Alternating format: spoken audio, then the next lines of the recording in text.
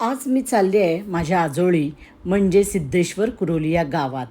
त्या गावात महादेवाचं मंदिर आहे. त्या मंदिरात दर्शनासाठी आम्ही जातो. हल्ली जायला मिळत नाही. पूर्वी आम्ही वर्षातनं एकदा तरी गोंदवलं, कुरोली आणि यमाई असं करून यायचो. देवळात छोटी छोटी देवळं आहेत. विठ्ठल रखुमाईचं आहे, दत्ताचं आहे. खूप मोठं छान मंदिर आहे. त्याच्यामध्ये अशी छोटी छोटी मंदिरं आहेत. कराडपासनं आत गेल्यानंतर वडूज, गोंदवले माहीत असेल तर वडूजच्या इथंच हे छोटंसं सिद्धेश्वर कुरोली म्हणून गाव आहे. माझं आजोळ आहे. आजी तिथं असायची आणि आजीनं आमची या देवळात रोज यायची आणि घरचं सगळं आवरून रोज या देवळात पूजा करायला यायची.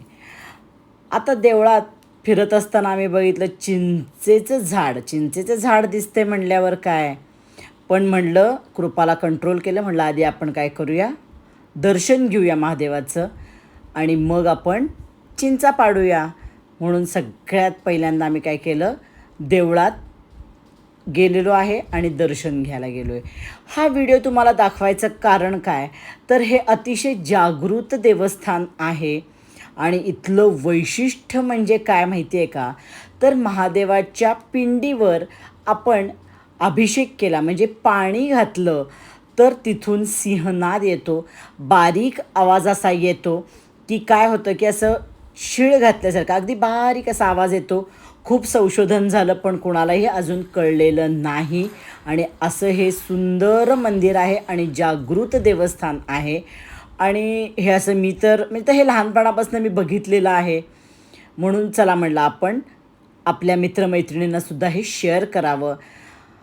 हे सुंदर मंदिर आहे. तिथं भरपूर अशी छोटी मंदिरं आणि मस्त मोठी विहीर आहे.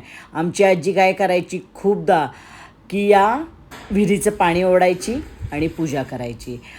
101 प्रदक्षिणा ती 12च्या उन्हात घालायची. आता आपण बघूया सिंहनाद कसा होतोय. पाणी वाहत आहेत आणि आता ऐकूया आपण.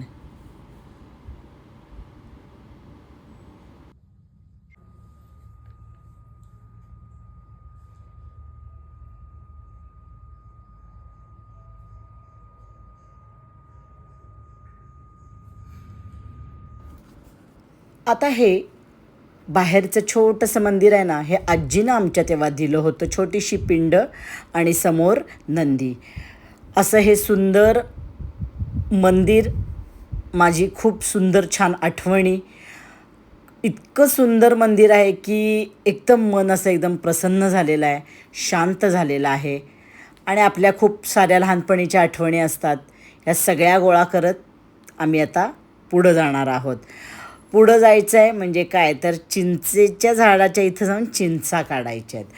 कृपाबाईंना आमच्या चिंचा काढायच्या आहेत. मग बाबांना तिनं कामाला लावलेलं आहे आणि बाबा मस्त अशा चिंचा पाडत आहे आणि आम्ही मस्त अशा चिंचा आता गोळा करणार आहोत. कृपाला काही येत नाही आहे, असा साधा नाजूक दगड मारते. एकही चिंच पडली नाही तिच्या ह्यानं. बाबांनी भरपूर चिंचा पाडलेल्या आहेत.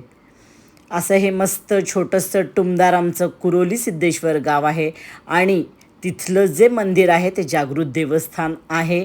कधी त्या साईडला गेलात तर नक्की दर्शन घ्या. आणि आमचा असा खजिना आम्ही गोळा करायला लागलो आहे. पिशवीभर गोळा केलेला आहे खजिना. मस्त घरी घेऊन जाणार आहे आणि सालं काढून वाळवून मस्त आम्हाला आमची काय झाली आहे, वर्षभराची सोय झाली आहे चिंचेची. खायची राहिलेली मस्त वाळवून ठेवून द्यायची. दिवस खूप सुंदर गेला, खूप सुंदर. परत आठवणी घेऊन मी परत आमच्या घरी निघाले. आणि तुम्ही पण लक्षात ठेवा, व्हिडिओ आवडला तर काय करायचं आहे, लाईक करायचं आहे, शेअर करायचं आहे. आणि अजूनपर्यंत चॅनल सबस्क्राईब केलं नसेल तर नक्की सबस्क्राईब करायचं आहे. परत भेटूया पुढच्या व्हिडिओला. बाय.